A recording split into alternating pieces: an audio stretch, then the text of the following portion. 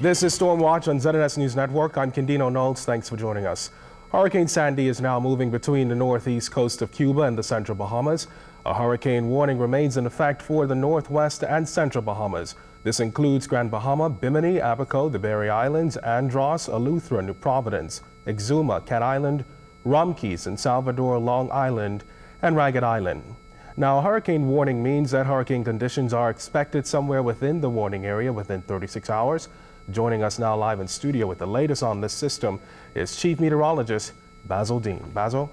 Well, Candino, Sandy continues to pound the central and southeastern islands, as you can see on our satellite pictures. The broad area of showers and thunderstorms, creating some flooding situation in some of the islands in the southeast and central Bahamas. And the ferocious winds are also taking its toll on some of the islands. As this hurricane takes aim for Long Island, things should be going downhill there within the next hour or two. At 11 o'clock this morning, the center was at 22.4 degrees north longitude, 75.5 west. It's still packing winds of 105 miles, but in terms of its distance from Long Island, that's about 65 miles, and it's about 85 miles south-southeast of Exuma as it continues that trek towards the north. And this is the forecast track, which will not change over the next several hours, so that is what we have to deal with. But to give you some idea of where these tropical storm conditions are being experienced, Ragged Island is still experiencing tropical storm conditions up until about 4 o'clock this afternoon. Crooked Island and Acklands, they will be under tropical storm conditions right up to about 8 o'clock tonight.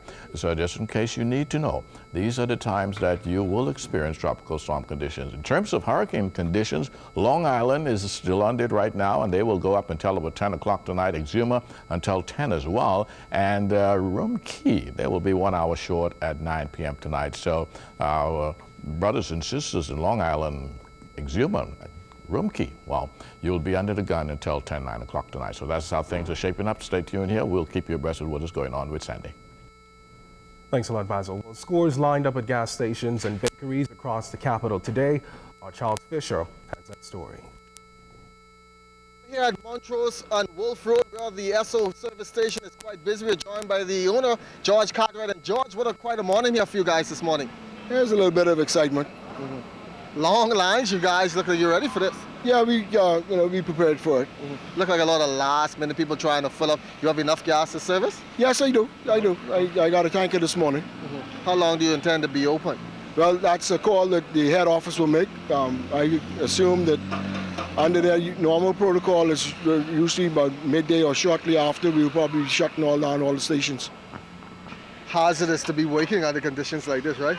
Yeah, it's just give you a little bit more strain and stress, but we're prepared for it. The staff is ready to go, and they've been through it before. A lot of impatience also during this time. Your staff got to deal with impatient drivers, back and forth like that. Well, that's the main problem. Is the public is very impatient, and everybody wants fuel. And all they have to do is just wait their turn. They will get fuel. We're not going to run out of fuel. And we are prepared for it. Great. That is George Cartwright here at Montrose and Wolf Road Esso service station, where you heard it. They're going to have fuel until it all runs out. The approach of Hurricane Sandy here at Go Slow Bend was surely making the waves dance in the breeze. Over at 3S Bakery, things weren't slow at all. Normally around hurricane time and when it rains, for some reason a lot of people, they like to stock up on bread because it's already cooked. And they can all they have to do is break it off and eat it. So it's around this time, it's usually crazy around here, and we have a lot of customers. Think you can have enough to supply, or you have to wait extra hours until? Well, we're trying. Our staff have been here all night, and we're trying to produce the amount of bread to supply the public. But it's challenging, but it's worth it. You also have those customers out there that you all serve on a regular basis. You have to get them out of the way first. Yes, we do. We have customers, other suppliers that we have to supply, and it's very challenging, because when the general public, they see us giving bread to certain individuals, they think that we're curry favoring, but it's not that. These are people who support us on a daily basis, and it's our job and it's our duty to ensure that they're taken care of. One final question: how late are you going to be open? I'd say probably 3, 4 o'clock, and we'll bake off. We see how much we can bake off, how much we can produce. Now, over at Purity Bakery, the line could be seen stretching far beyond the entrance of the building as hundreds flocked to pick up as much bread as they could to carry them through the storm. Well, after waiting for almost 2 hours, things started to get a little rowdy.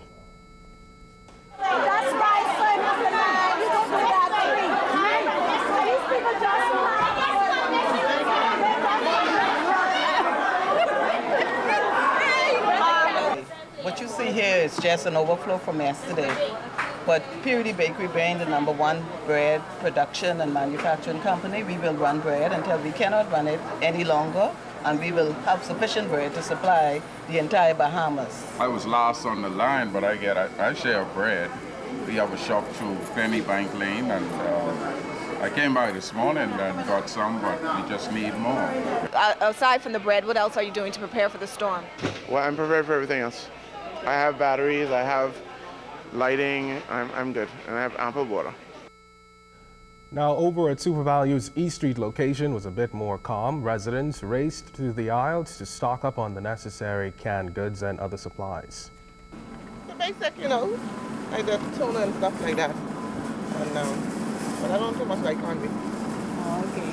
But we got cream and, cereal, dry cereal and sugar and stuff like that. Items that you can't forget. Oh, that's a few things that I could snack on. Okay. So is your house protected? Oh, yeah, they were protected from yesterday.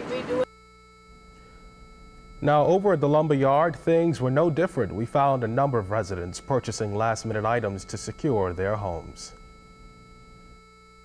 Bahamians, be it Christmas, hurricane, whatever, last minute.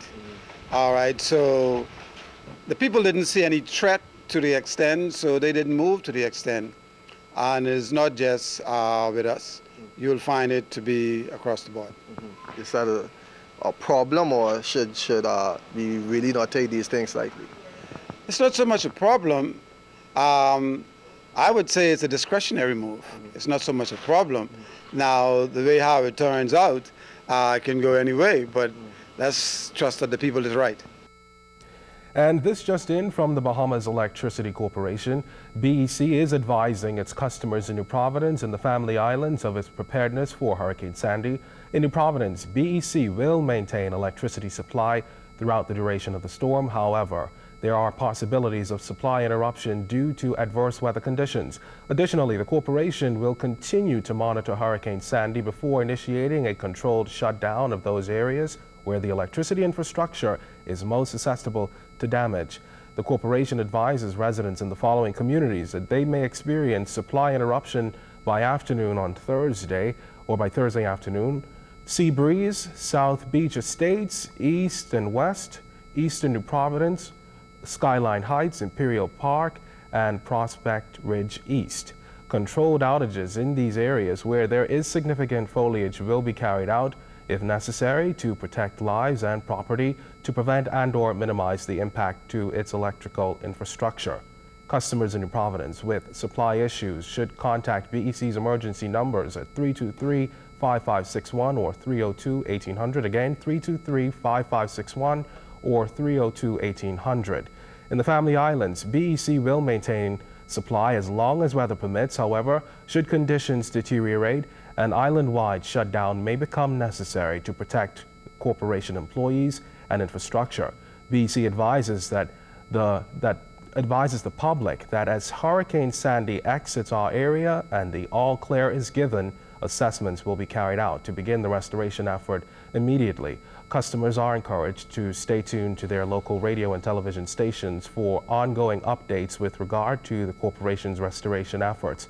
Additionally, BEC encourages residents in New Providence and the Family Islands to follow all safety precautions at this time. Now to the Family Islands. Residents across the country are prepared and bracing for the storm. We caught up with Ackland's Administrator Francita Neely, who tells us about conditions there. Well, right now we are going through some gusts and rain. We have wind gusts between 35, 45 knots, and we have rain. Presently, we are out of electricity because we had 2 poles that caught fire in the northern area of the island, so the electricity had to be put off. So our hard lines are down. And we have quite a bit of water because the grounds were already saturated. The rain started. We had rain since Saturday of last week. So the grounds already were saturated, and in Lovely Bay, the roads are slightly flooded. That's a very low-lying area. Yes, I have a concern, too, with the area between the main settlements and Salina Point. There is a concern about Salina Point, but because of their proximity, we only could have communicated to them by phone. I have spoken with the police officer in charge of this island, and he has had information that everything is in good condition on there, apart from the heavy wind and the rain that is ongoing. The shelters are activated, but presently no one is in any of the shelters. They would ride it out. And finally, if you're a pet owner and had planned to take your animal to the Humane Society, if you didn't do so before 11 o'clock this morning, then you're out of luck. Shelter manager Percy Grant telling ZNS News that the boarding facility is full to capacity and the shelter is unable to accept any more pets. Now, if your animal is easily scared during a storm, then Mr. Grant is advising pet owners to ensure their animals get tranquilizers. Now, you can get those tranquilizers from the Humane Society before the end of the afternoon. Mr. Grant is also advising against pet owners leaving dogs tied during the storm. Additionally, he said each pet needs at least 1 gallon of water and a proper supply of food. You should also stock up on old newspaper. Now, while the Humane Center is not accepting any more animals at this time, Mr. Grant advises that the facility will remain open for emergencies only. And that ends this update. Be sure to join us again in another hour. Once again, I'm Candido Knowles. Thanks for watching.